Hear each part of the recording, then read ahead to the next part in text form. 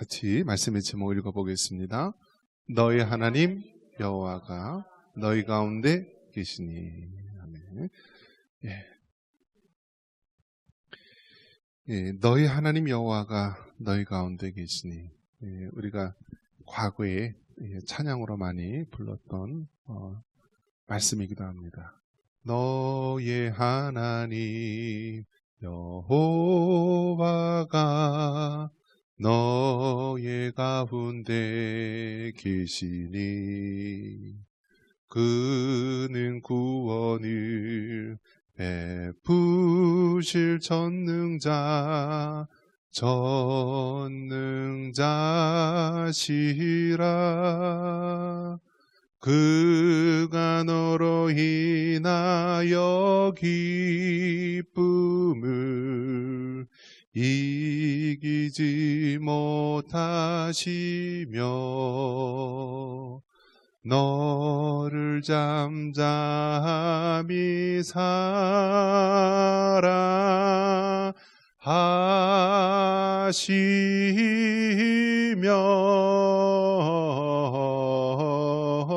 즐거이 부르며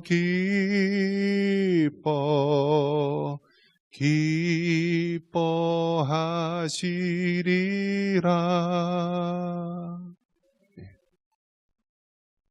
제가 이제 청년 때 20대 간 넘었을 때 찬양을 불렀을 때 굉장히 많이 불렀던 기억이 납니다. 제가 원래 쑥스러워가지고 다른 사람 앞에 나와서 이렇게 얘기하거나 그런 것을 못해요. 아마 돌아가신 우리 부모님이 보신다면 아니 우리 용송이가 목사가 됐단 말이냐, 앞에 나가서 얘기를 한단 말이냐 하면서 깜짝 놀라실 거예요. 저는 누가 뭐 시키면은 그렇게 싫어요. 감투 쓰는 것도 싫고 막 반장하라 뭐하라 그러면 막 도망다니고 그랬어요. 하기 싫어서. 그런 제가 이렇게 나오게 됐는데요. 하나님이 훈련시키시는 방법인 것 같아요. 처음에는 이제 찬양을 좋아하니까 찬양하게 되었고, 또 기타를 치니까 앞에 나와서 찬양을 인도하게 됐어요. 그래서 이제 찬양을 인도하고 앞에 나와서 또 기타 치면서 인도할 때 앞에 늘 이렇게 계셨던 또 요시다 목사님이라고 계셨는데 나보고 이제 목회자가 될 그런 상이라고 그 목사님이 그렇게 얘기를 해주셨는데요. 그 청년 때 그 불렀던 찬양, 그 당시에는 너무 멜로디가 좋고 또 가사가 좋아서 너희 하나님 여호와가 너희 가운데 계시니 하면서 이 찬양을 불렀는데요.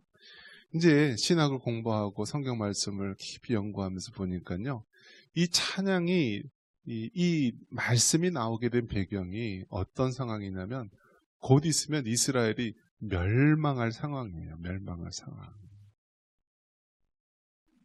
멸망할 상황 가운데에서 이제 이 스바냐 다음에는 어떤 상황이 벌어지냐면 이스라엘 백성이요, 바벨론에 의해서 멸망을 당해가지고요, 주전 586년에 다 포로로 잡혀가는 거예요. 그러면 전쟁이 얼마나 비극입니까? 전쟁 나면은요, 모든 걸 파괴해요. 우리의 가정도, 일터도, 이 사회도, 모든 사랑하는 사람도 다 파괴하고 죽이고. 그러니까 지금 이스라엘 이 나라가 드디어 멸망을 하게 되는데요. 이 전 상황에서는 어떤 상황이냐? 먼저 북쪽에 있는 북이스라엘이 아수르라는 나라에 의해서 주전 722년에 멸망을 당하고, 지금 이 스바냐서가 기록된 상황은 이제 좀 있으면 남유다라고 하는 이 나라가 바벨론, 오늘날의 이라크죠, 바벨론에 의해서 이제 멸망을 당할 것을 앞두고 있는 상황입니다. 그런 가운데서 무슨 말을 해주겠습니까, 여러분? 이제 몇 년 후면은 6.25 사변이 나요. 몇 년 있으면은 전쟁이 일어나요. 그래서 이제 사랑하는 가족들도 잃고 부모님도 잃고 모든 것이 잿더미가 돼요. 무슨 말을 해주겠습니까? 어떠한 말로 그 사람을 격려해 주겠습니까? 오늘 이 말씀을 보니까 너희 하나님 여호와가 너희 가운데 계신다. 너희 가운데 계신다. 여러분 생각해 보십시오. 좀 있으면 여러분이 이제 전쟁이나 난리 때문에 가족들하고 헤어져요. 손주들하고 헤어져요. 사랑하는 사람과 이별을 해요. 무슨 말을 해주겠습니까? 어떠한 위로를 해줄 수 있겠습니까? 너희 하나님 여호와가 너희 가운데 계신다. 그래서 그 하나님은 너를 잠잠히 사랑하시고 그 하나님은 너를 기뻐하신다라고 얘기를 해주고 있는 거예요. 예, 우리나라 이제 기독교 교육의 어머니라고 할 수 있는 그런 교수님이 계신데 주선애라는 교수님이십니다. 한번 따라해 볼까요? 주선애. 예, 이름이 주씨예요. 굉장히 신령하죠? 주님, 주여. 예, 뒤에 붙일 말이 참 예, 주씨는 정말 너무 좋은 것 같은데 주선애 교수님이라고 있는데 이분이 1924년생이세요. 굉장히 나이가 많으시죠. 1924년이니까 아직도 살아계시는 걸 알고 있는데 예, 이 주선애 교수님 100세가 넘었나요? 예, 생존 여부는 좀 확인을 해봐야겠는데 불과 몇 년 전까지는 살아계셨는데 이분이 1924년생이시고요. 이분이 그 김일성의 삼촌이 그 강량욱 예, 강량욱이라고 하는 그 목사님이세요. 목사님. 그 목사님하고 사돈지간이에요. 사돈지간. 얼마나 대단한 집안이에요. 예? 김일성 외가가 그러니까 삼촌이라 알고 있는데 외가가 강량욱이라고 하는 그 목사님이 계셨는데 그쪽 집안하고 이 주선애 교수님 이 육촌 오빠하고 이제 사돈지간이에요. 그쪽에 그 강량욱 목사님의 여동생하고 또 이 주선애 이 교수님의 이 육촌 오빠가 결혼을 한 거예요. 그래서 사돈지간이에요. 사돈지간. 그리고 어렸을 때 같이 큰 집에서 같이 자랐대요. 그래서 그 강량욱 그 목사님의 자녀들하고 이 주선의 이 교수님하고 어렸을 때 같이 마당에서 뛰놀고 그 당시에 목재소, 지지소 같은 거를 해서 같이 자랐대요. 근데 나중에 그 김일성의 그 외가 강량욱 목사님과 그 아들이 나중에 조선인민민주주의공화국 나라가 세워졌을 때 최고의 권력을 잡은 사람이 되는 거예요. 그 사람들이. 그런데 이 주선의 교수님은 예수님을 믿는 신실한 사람이었는데 그 당시에 이제 예수님 믿는 사람을 핍박을 하니까요. 1948년도에 목숨을 걸고 남한으로 이제 내려오는 거예요. 남한으로 내려오는데 그 내려오는 과정이 이제 사실은 그 사돈집이 김일성 삼촌 그 외가이기 때문에 얼마든지 떵떵거리며 권력을 누리며 살아갈 수 있는데 자기가 기독교 신앙을 가진 자로서 도저히 그것을 있을 수 없다라고 보고요. 그것을 거부하고 내려온 거예요. 남한으로. 그래서 평양에서 이 평양으로 내려오는데요. 12일이 걸렸대요. 12일이 걸렸는데 내려오다가요. 기차에서 이제 거기서 올 때 1948년도에 안내원에게 이제 돈을 주거나 그러면 그 사람들이 이제 이 38선을 통해서 내려올 수 있는 길로 안내를 해준다라고 합니다. 그래서 기차를 아마 평양에서 타고 와서 근처에 내려서 또 이제 그 인도로 걸어서 이제 오는 길로 해야 되는데 내려오다가 이 공산당 보안원이 총을 딱 들고 수상한 사람들이 있으면 그 사람들 끌어간대요. 근데 이 주선의 교수님이 그 당시에 이제 20대 중반 됐겠죠? 끌려간 거예요. 그래서 보안원에 끌려갔는데 이분이 그 당시에 평양신학교에 다녔고 또 악이 낳는 그러한 기술도 가지고 있었고 그랬는데 어쨌든 그 보안원 공산당에 끌려가지고 3일 동안 감옥에 있으면서 취재를 받고 또 그때 정말 기적적으로 그 보안원의 그 지휘자급 되는 사람의 그 아내가 출산을 하게 돼서요. 그 이제 가서 돌봐준 거예요. 가서 돌봐주고 3일 동안 있다가 그러다가 제발 자기 좀 남편한테 얘기해서 나 좀 풀어다게 해달라고 하면서 풀려나가지고요. 12일 만에 평양에서 이제 이 38선을 지나서, 38선을 지나서, 그리고 여기 사람들 모여서 평양으로 가는 그런 기차를 타고 한국에, 서울에 왔다라고 합니다. 아마 제 생각에 연천을 지나갔던 것 같아요. 평양에서 경원선, 청량리 가려면 여기 그 당시 경원선이 있었잖아요. 그죠? 그래서 연천을 지나갔던 것 같아요. 그러니까 그 상황을 들으면은요, 그 북한에 있던 기독교인들이 1950년 8월 15일 일본이 태평양 전쟁 패망하면서 북한에는 소련, 또 남한에는 이제 그 미국 중심으로 한 이렇게 38선이 거치게 되면서요, 북한의 그 공산당이 들어오면서 그렇게 기독교를 박해하기 시작한 거예요.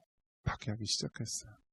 그래서 처음에는 끝까지 남아서 저항을 해보려다가 하다가 안 되니까 이제 내려오는 사람이 있고, 어떤 사람은 끝까지 남아서 교회를 지키려고 했던 사람이 있고, 이제 주선희 교수님 같은 경우에는 이제 남쪽으로 내려오는 길을 택했던 것이죠. 그래서 연천 땅을 지나서 청량리로 해서 서울로 왔대요. 그래서 이 주선희 교수님 우리나라 처음으로 주일학교 교사 강습회라든지 이런 거 다 정착시켰던 아주 그런 엘리트 교육학자인데요. 그러한 모습을 보면서 북한의 그 상황이 어떠냐면요, 북한은요, 동방의 예루살렘, 평양을 동방의 예루살렘이라고 할 정도로 기독교가 왕성했어요. 그 6.25 전쟁 날 당시에 북한에 있는 교회가 3,000여 개가 넘는데요. 얼마나 많았던 거예요. 그리고 우리 장로교, 우리가 속한 총신대학교라든지 장신대학교 그 뿌리가 어디냐면 그 평양에 있는 평양 장로신학교예요. 뿌리가. 그런데 오늘날 어떻게 되었습니까? 저 북한이요, 전 세계에서 가장 기독교를 박해하고 성경책만 들고 있으면 죽는 거예요. 소리내서 찬성도 기도도 할 수 없는 나라가 된 거예요. 그러면서 기독교에서 10계명에서 금지하는 게 무엇입니까? 다른 신을 섬기지 말라, 우상 만들지 말라라고 하는데, 저 북한은요, 세계에서 유례없는 김일성, 김정일, 김정은 3대 우상을 섬기는 나라 아닙니까? 김일성이 태양이래요, 태양. 그래서 김일성이 잠들어 있는 그 무덤이 있는 데를 태양궁전이라고 그래요, 태양궁전. 김정일을 뭐라고 불러요? 그 아들을요, 광명성이라 불러요, 광명성. 그 아들 뚱땡이는 뭐라고 불러요? 거기는 좀 이제 혈통이 일본 피가 섞여가지고 그렇게 신격화를 하지 못했는데, 여러분, 지금 이러한 과학 문명이 발달하고 그런 시대 속에서요, 저 북한이라는 나라는요, 전 세계에서 가장 기독교를 박해하고 모든 백성들, 국민들이요, 5km 밖을 벗어나지 못한대요. 여러분 생각해 보세요. 여러분 가고 싶으면 여러분 가잖아요. 부산이고 동해고 해외고 가잖아요. 근데 저 북한 사람들은 5km 밖을 벗어나지 못한대요. 그리고 1990년대 중반에는 소련이 몰락하고 망하니까 그 소련에서 지원해줬던 식량 그런 게 없으니까요, 그냥 이 북한이요, 김정일 때 완전히 300만 명이 아사돼서 거리에 시체들이 널브러져 있다라고 합니다. 그런데 그 시작을 보자 이거예요, 시작. 그러면 왜 그 동방의 예루살렘이라고 했던 평양과 북한이 오늘날 왜 그렇게 기독교를 가장 박해하는 나라로 전락해버렸을까? 그 일의 그 발달을 봤을 때요, 그 북한의 공산당이 세워진 때가 1948년도라고 합니다. 1948년도. 그런데 10년 전에 어떤 일이 일어났었냐면은 1938년도에 그 조선 장로교 총회가 열렸는데, 그때가 27회 총회예요. 27회 총회 때 신사참배를 가결을 한 거예요. 신사참배를. 그리고 신사참배에 반대했던 주기철 목사님이나 많은 사람들을요, 그냥 목사직에서 제명을 시켜버렸어요. 제명을 시켜버렸어요. 그러니까 여러분 한번 생각해 보십시오. 지금은 우리가 세월이 흘러서 일본이 망할 것을 알고 또 그 당시 신사참배가 잘못됐다는 것을 지금은 우리는 알고 있지만요. 그 당시 1938년도 상황은 어떤 상황입니까? 이미 1910년 한일 합방이 되었고 1905년서부터 이미 을사조약에 의해서 우리나라 주권을 거의 다 뺏기지 않았습니까? 그러니까 수십 년 동안 일본이 지배하에 있으니까 어떤 생각을 했겠어요? 아, 우리는 영원히 일본 식민지로서 살아가게 되겠구나. 그렇게 하면서 점차 다 타협을 해가기 시작한 거예요. 불교는 아주 맨 처음에 그냥 타협을 해서 친일파로 넘어갔고요. 그 다음에 카톨릭이 넘어갔고요. 마지막 남은 게 교회 기독교였어요. 근데 교회 기독교에서도요, 슬슬 이제 타협하는 쪽으로 갑니다. 신사참배가 무엇입니까? 신사참배가 일본 왕, 천황을 섬기는 거 아니에요. 동방요배라고 해가지고요. 매일 아침 일본 천황이 있는 그곳, 그 신사에서 모두가 다 이렇게 절을 하는 거예요. 이게 이제 일본 천황을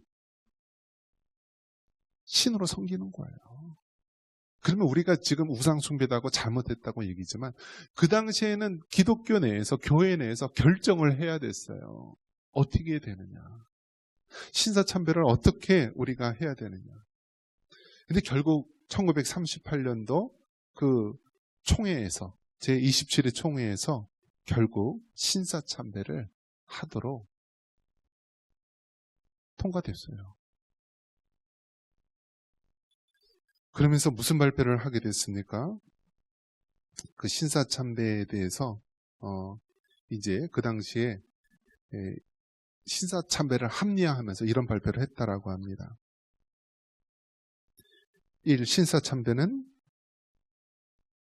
국민 정신 통일에 수년한 국가 의식이므로 본 노예에서도 혼연히 참배함이 당연한 국민의 의무인 동시에 교회 지도상 선명한 태도인 줄 아오며 하면서 전라도 노예, 전주 노예에서는 아주 그냥 적극적으로 찬성을 해가지고요, 총회에다 올렸습니다. 그 당시에 많은 교회들이 신사참배를 하느냐 마느냐, 그러한 문제 속에서 1938년도 가을 이 총회에서 결국 총회에서 신사참배를 가결을 한 거예요. 기독교가 막았습니까? 못 막았습니까? 못 막았어요. 물론 그 중에는 주기철 목사님이나 이런 분들이 끝끝내 반대하면서 이제 옥에서, 감옥에서 순교를 당하셨습니다. 그런데 부끄럽게도 총회 역사는 1938년도 신사참배 문제를 가결하고요, 막지를 못했어요. 물론 다른 불교나 천주교에 비해서는 끝까지 저항을 하고 하다가 결국에는 1938년도에 무너진 거예요. 그런데 여러분, 역사는 거기서 끝나는 것이 아니라 10년 후에 어떤 일이 벌어졌어요? 전 세계에서 가장 기독교를 박해하는 김일성, 김정일, 김정은 3대 우상체계가 그 동방의 예루살렘이라고 하는 평양, 그 이북에 정권이 들어서게 된 거예요. 그러니까 여러분, 오늘날 교회의 역할, 우리 믿는 그리스도인의 역할이 그만큼 중요하다라는 거예요. 교회가 깨어서 나라 민족을 위해서 우리가 기도하고, 유물론을 의지하고 있는 공산주의와 그 우상체계를 섬기는 거에 대해서 끝까지 순교하는 마음으로 저항하고 막았다라고 한다면, 오늘날 저 북한에서는 저렇게 3대 우상체제, 그러한 나라도 아니죠. 그러한 정권이 들어서지 못할 것입니다. 그렇기 때문에 여러분, 교회가 중요한 곳입니다. 교회가 중요한 거예요. 교회가 소금의 맛을 잃고 교회가 이 세상에 썩어지는 것을 방지하지 않는다라고 한다면 다만 밖에 버리워서 사람에게 밟힐 뿐이라고 이야기합니다. 지금 우리나라의 상황이 어떻습니까? 지금 우리나라가요, 너무나 안이하고 해이해진 상황 가운데 놓여 있는 거예요. 우리나라 현실이. 지금 우리는 아무 일이 없는 것 같죠. 총소리 뭐 전쟁이 일어났나? 뭐 탱크가 내려오나? 아무 일 없네? 나랑 상관이 없네? 라고 하지만 이미 영적인 전쟁은 시작이 되었고요. 이미 하이브리드 전쟁, 과거와 같이 탱크를 밀고 오는 전쟁이 아니라 인터넷상에서 가상의 상에서 외교적으로 뭐 정치, 경제, 사회, 문화, 교육, 국방 모든 분야에서 전쟁이 시작이 된 거예요. 전쟁이 시작됐어요. 민주주의의 꽃이라고 할 수 있는 선거도 이미 다 빼앗겼잖아요, 여러분. 선거도 빼앗겼잖아요. 분명히 우리나라 이 법에 의해서는 선거를 할 때는 선거 관리인이 도장을 꽉 찍도록 하고 그 모든 것들을 하는데요. 저 가식 많은 저 무리들은요. 법을 어겨요. 법을 지키지 않아요. 헌법을 지키지 않고 그들이 그 얄팍한 규정 같은 거 만들어서요. 헌법에 위배를 해요. 이제 여러분 어떻게 할 겁니까, 여러분? 이제 6월 3일 지방선거 때요. 선거할 필요도 없는 거죠. 이미 부정이 타고 들어오면은요. 막을 수가 없는 거예요. 막을 수가 없어요. 2년 후 2028년도 국회의원 선거 이제 택도 없는 소리가 되는 거죠. 저들이 과반수 이상 잡으면서 법을 마음대로 악법을 만들지 않았습니까? 그러면 결국 이 나라 남한은 어떻습니까? 마치 성경시대에 나왔던 것처럼 북이스라엘이 먼저 아수르에 의해서 멸망을 당한 것처럼 그리고 좀 있으면은 남유다도 바벨론에 의해서 멸망을 당한 것처럼 지금 우리나라의 상황이 이미 70여 년 전에 저 북한은 김일성, 김정일, 김정은 3대 우상체제로 그냥 완전히 멸망을 당하였고 이제 마지막 남은 이 동아시아에서 마지막 남은 이 자유 대한민국도 언제 어떻게 무너질 수 모른다는 그런 상황에 놓여 있습니다. 여러분 보십시오. 주변에 얼마나 깡패 같은 나라가 많이 둘러싸여 있습니까? 자, 북한의 김정은, 더 중국, 우리를 1000년 동안 자신의 속국으로 여겼던 중국, 또 그 위에는 모든 그 러시아, 소련제 탱크를 앞세웠던 러시아. 지금 우리 주변에는요, 아주 깡패 같은 나라가 우리나라를 둘러싸여 있는 거예요. 마치 성경 속의 이스라엘이 주변의 강대국 위에서 남쪽에는 이집트, 뭐 동쪽에는 또 뭐 시리아와 바벨론과 페르시아, 또 강대국에 의해서 둘러싸여 있듯이요. 우리나라의 그 모습하고요. 그 이스라엘 나라의 그 모습하고 너무나 많이 유사하다라는 거예요. 그래도 이스라엘이란 나라는요. 2000년 동안 나라 없이 돌아다니다가 1948년도에 나라가 세워집니다. 우리 대한민국도 언제 나라가 세워져요? 1948년도에 세워져요. 그러니까 이스라엘도 1948년도에 나라가 없다가 그 팔레스틴 땅에 세워지게 되고 우리나라도 일제 식민지로 36년 동안 지배하에 있다가 1948년도에 자유 대한민국이 세워지게 됩니다. 운명이 비슷하죠. 그런데 이스라엘은요, 정신을 차렸어요. 정신을 차리고 또 2차 세계대전 때 600만 명이나 되는 많은 사람들이 죽으면서요. 자신들은 더 이상 이제 물러날 것이 없다. 지켜야 된다 하면서요. 이 이스라엘은요. 너무나 땅덩어리가 조그매요. 우리나라 강원도만한 넓이밖에 안 돼요. 그래서 이스라엘은 전쟁이 일어나면은요. 자들이 다 몰살당할 수밖에 없기 때문에 전쟁이 날 것 같으면은요. 미리 선제 공격을 한대요. 왜냐하면 자기네 땅덩어리 너무나 적기 때문에 여기서 전쟁이 일어나면은 다 죽기 때문에 전쟁이 일어날 것 같다 하면 미리 정보를 모사드나 이런 걸 통해서 미리 선제 공격을 한대요. 그리고 핵무기를 누가 만들었어요? 유태인들이 만든 거예요. 이스라엘 사람들이. 그래서 지금 이스라엘은요, 핵무기가 있어요. 그래서 다른 나라가 그 이스라엘을 공격하지 않도록 하기 위한 것입니다. 근데 지금 우리나라는 어떻습니까? 내세울 게 뭐가 있어요? 내세울 게 뭐가 있습니까? 이제 군대를요, 과거에는 3년, 2년 반 막 그렇게 했던 거를 1년 반으로 줄이고요. 1년으로 줄이고 지금 이제 또 10개월로 줄일 거라고 막 얘기를 합니다. 국방부 장관이 어느 출신이에요?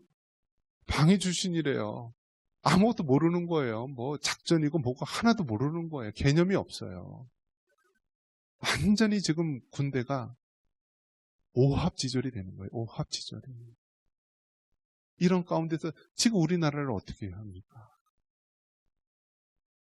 그나마 북한에서 무서워하는 것이 우리나라의 주둔내에 있는 28,000명의 미군들 아닙니까? 미군들. 지금 우리나라 현실이 지금 여기에 놓여 있어요. 이러한 상황 가운데 정말 이 땅에 있는 교회와 믿음의 그리스도인들이 깨어 기도하지 않으면 우리나라는 위기입니다. 이제 선거를 통하여서도 우리가 정권을 바꾸기 힘든 그러한 구조 속에 와 있어요. 저 북한은 그렇게 생각합니다. 전쟁이 나면은요, 3분의 1은 다 해외로 도망갈 것이고 3분의 1은 다 처단해서 죽여버리고 남아있는 3분의 1만 데리고 살면 된다. 그런 시나리오를 가지고 있대요. 지금 우리는 영적으로나 육적으로 큰 위기 가운데 있습니다. 1938년도 신사참배를 해야 되느냐 말아야 되느냐 문제를 가지고 결국 신사참배를 총회에서 가결했어요. 그리고 주기철 목사님 같은 분은 감옥에 갇혀서 순교를 했어요. 그 1938년 교회가 잘못된 선택을 함으로써요, 한때는 동방의 예루살렘이라고 했던 저 평양과 북한이요, 전 세계에서 가장 기독교를 박해하는 나라, 가장 우상을 숭배하는 그런 독재 국가, 그 나라가 북한 땅에 세워지게 된 것입니다. 왜요? 교회가, 그리스도인이 자신의 사명을 잊고 잘못된 길로 갔을 때 결국 그렇게 된 것입니다. 그래서 오늘 이 스바냐 3장 17절의 그 내용은 이제 좀 있으면 남유다가 멸망을 당하게 되는데, 그럼에도 불구하고 하나님은 너희 가운데 계시고 그 하나님은 너를 잠잠히 사랑하시고 기뻐하신다. 그 하나님께서 지금 우리에게 동일하게 말씀하고 있습니다. 여러분, 앞으로 다가올 그 시대요, 아무도 예상하지 못합니다. 근데 확연한 것은요, 우리가 하나님을 멀리하고 신앙 가운데 바로 서 있지 않는다면 멸망당하였던 그 유다 모습처럼 우리 남한 자유대한민국의 미래도 밝지 않다는 것입니다. 다시 한번 우리가 깨어서 하나님 앞에 바로 설 수 있는 우리 모두가 되기를 주님의 이름으로 축원합니다.